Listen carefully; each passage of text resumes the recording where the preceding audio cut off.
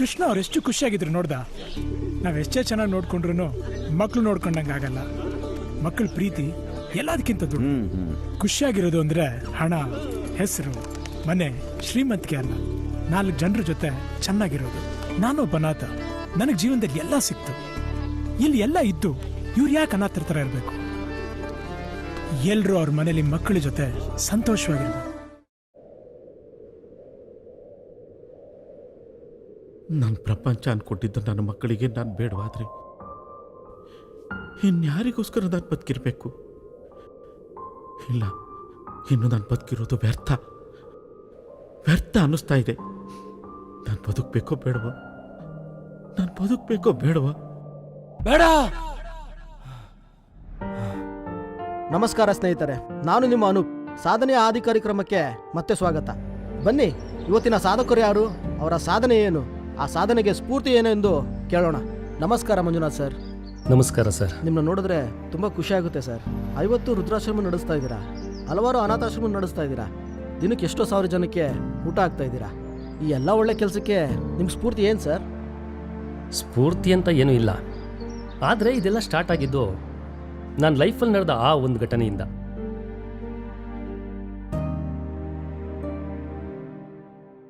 ನನಗಂತೂ ಸಾಕಾಗೋಗಿದೆ. ನೀನ್ ಮಾಡೋ ಕೆಲಸ ಎಲ್ಲ ನನ್ನ ತಲೆಗೆ ಬರ್ತಾ ಇದೆ. ಇನ್ನು ಎಷ್ಟು ದಿವಸ ಅಂತ ಸಹಿಸ್ಕೊಳ್ಳೋದು? ಇನ್ನು ನನ್ನ ಕೈಯಲ್ಲಿ ಆಗಲ್ಲ. ನಿನ್ಗೇನ್ ಕಮ್ಮಿ ಮಾಡಿದೀನಪ್ಪ? ಟೈಮ್ ಊಟ ಆಗ್ತಾ ಇಲ್ವಾ? ಬಟ್ಟೆ ಕೊಡ್ತಾ ಇದ್ದೀನಿ, ಖರ್ಚಿಗೆ ಕಾಸು ಕೊಡ್ತಾ ಇದ್ದೀನಿ. ಇನ್ನೇನ್ ಮಾಡ್ಬೇಕಪ್ಪ ನಾನು? ಇನ್ ಮುಂದೆ ನಿಮ್ಮನ್ನ ನನ್ನ ಕೈಯಲ್ಲಿ ನೋಡ್ಕೊಳಕ್ ಆಗಲ್ಲ. ನನಗೆ ಟ್ರಾನ್ಸ್ಫರ್ ಆಗಿದೆ. ಒಂದ್ ಸ್ವಲ್ಪ ದಿವಸ ನೀನು ನಿನ್ ಚಿಕ್ಕ ಮಗನ ಜೊತೆಗಿರು. ಏನೋ ನಾನು ಅಪ್ಪನ ನೋಡ್ಕೊಳ್ಳೋದ? ಆಗಲ್ಲ. ನಾನು ಈಗ ತಾನೇ ಬಿಸ್ನೆಸ್ ಸ್ಟಾರ್ಟ್ ಮಾಡಿದ್ದೀನಿ.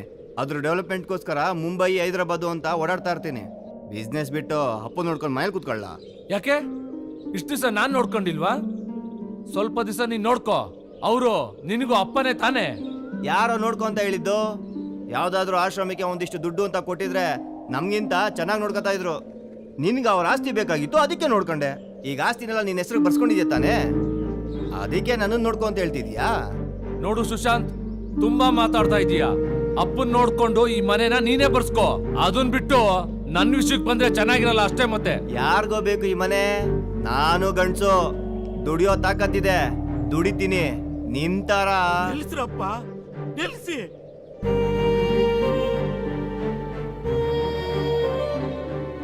ನಾನು ನೋಡ್ಕೊಳಕ್ಕೆ ನೀವು ಎಷ್ಟು ಕಷ್ಟ ಆಗುತ್ತೆ ಅಂತ ನನಗೆ ಗೊತ್ತಿರ್ಲಿಲ್ಲ ಕಣ್ರು. ನನಗೋಸ್ಕರ ನೀವು ಜಗಳ ಆಡೋದು ಬೇಡ, ನನ್ನನ್ನು ಯಾರೂ ನೋಡ್ಕೊಡೋದು ಬೇಡ. ನನ್ನನ್ನು ನಾನೇ ನೋಡ್ಕೊಡ್ತೀನಿ.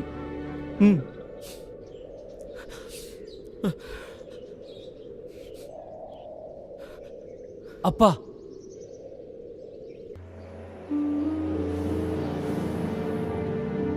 ಅಪ್ಪ, ಏನಕ್ಕಪ್ಪ ನೀವು ಈ ಕೆಲಸ ಮಾಡ್ತಾ ಇದ್ದೀರಾ? ನಮ್ಮನೆ ಕೆಲಸ ಅಲ್ವೇನೋ, ಇದ್ರಲ್ಲಿ ತಪ್ಪೇನೋ ಬಂತು?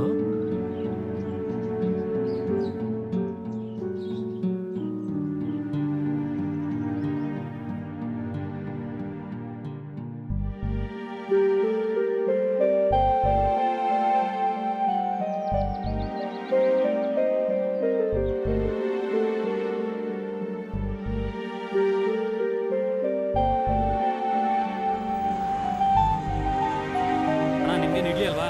ಹಾಂ ತಗೊಳ್ಳಿ ಅಣ್ಣ. ದೋಸೆ ಒಂದು 5 ನಿಮಿಷ ಆಗುತ್ತೆ, ವೆಯ್ಟ್ ಮಾಡಿ ಅಣ್ಣ. ಅಣ್ಣಗೆ 2 ವಡೆ ಹಾಕೋ.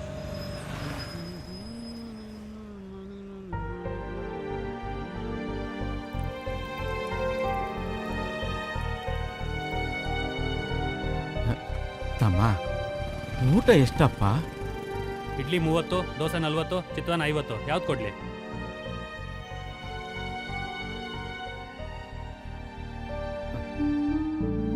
ಸ್ವಲ್ಪ ನೀರು ಕುಡಿಲ್ಲ? ಆಯಿತು.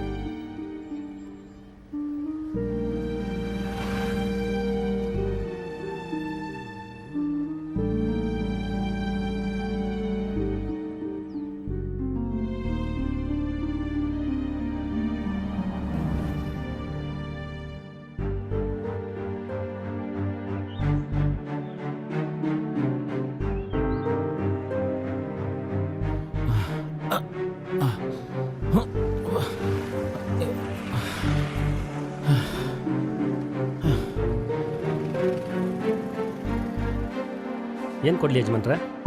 ಊಟಕ್ಕೆ ಎಷ್ಟಪ್ಪ? ಮೀಲ್ಸ್ ಆದರೆ 50 ರೂಪಾಯಿ ಆಗುತ್ತೆ, ಫುಲ್ ಮೀಲ್ಸ್ ಆದರೆ 90 ರೂಪಾಯಿ ಆಗುತ್ತೆ.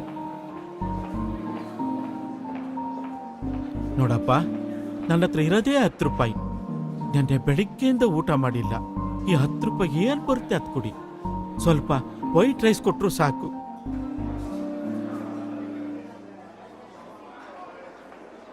ತಗೊಳ್ಳಿ ಯಜಮಾನ್ರೆ. ಅಯ್ಯೋ, ಇಷ್ಟಕ್ಕೆಲ್ಲ ದುಡ್ಡು ನನ್ನ ಹತ್ರ ಇಲ್ಲಪ್ಪ. ಪರವಾಗಿಲ್ಲ, ಊಟ ಮಾಡಿ.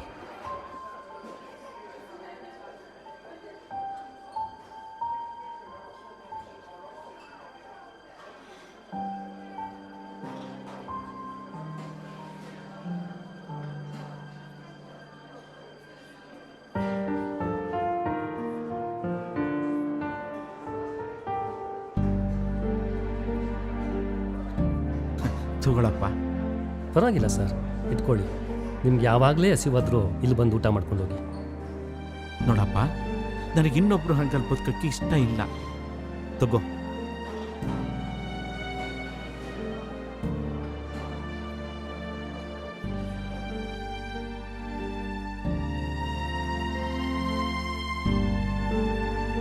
ಸರ್ ಸರ್ ಹಾಂ, ಸಾರಿ ಸರ್, ಹೇಳಿ.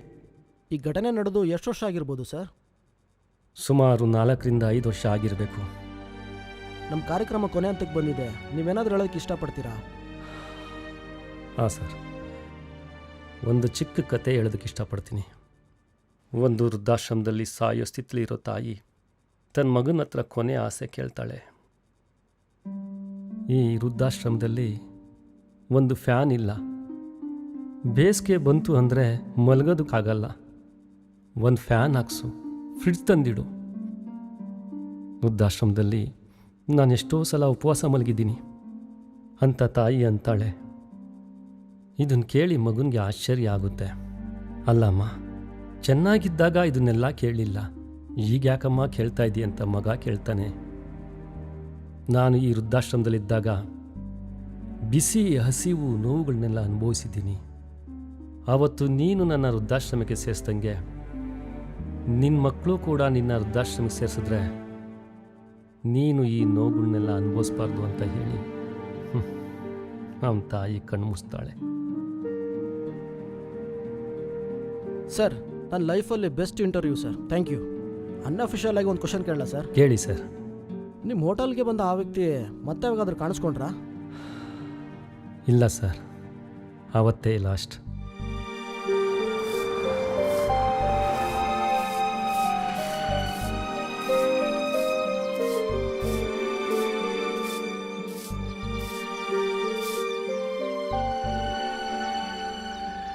ಸಾ ಸಾ ಸಾ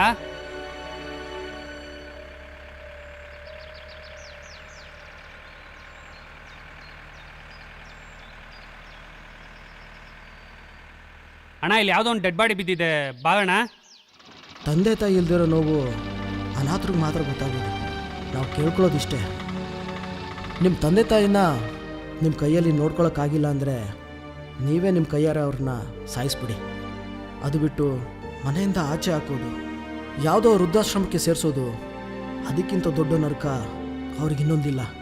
ಒಬ್ಬ ವ್ಯಕ್ತಿ ಸೆಕ್ಸ್ ಬಗ್ಗೆ ಯಾರೂ ಹೇಳ್ಕೊಡ್ದೇ ಹೇಗೆ ತಿಳ್ಕೊಂಡಿರ್ತಾನೋ ಅದೇ ರೀತಿ ಅವನ ತಂದೆ ತಾಯಿನ ಚೆನ್ನಾಗಿ ನೋಡ್ಕೋಬೇಕು ಅಂತಲೂ ತಿಳ್ಕೊಂಡಿರಬೇಕು.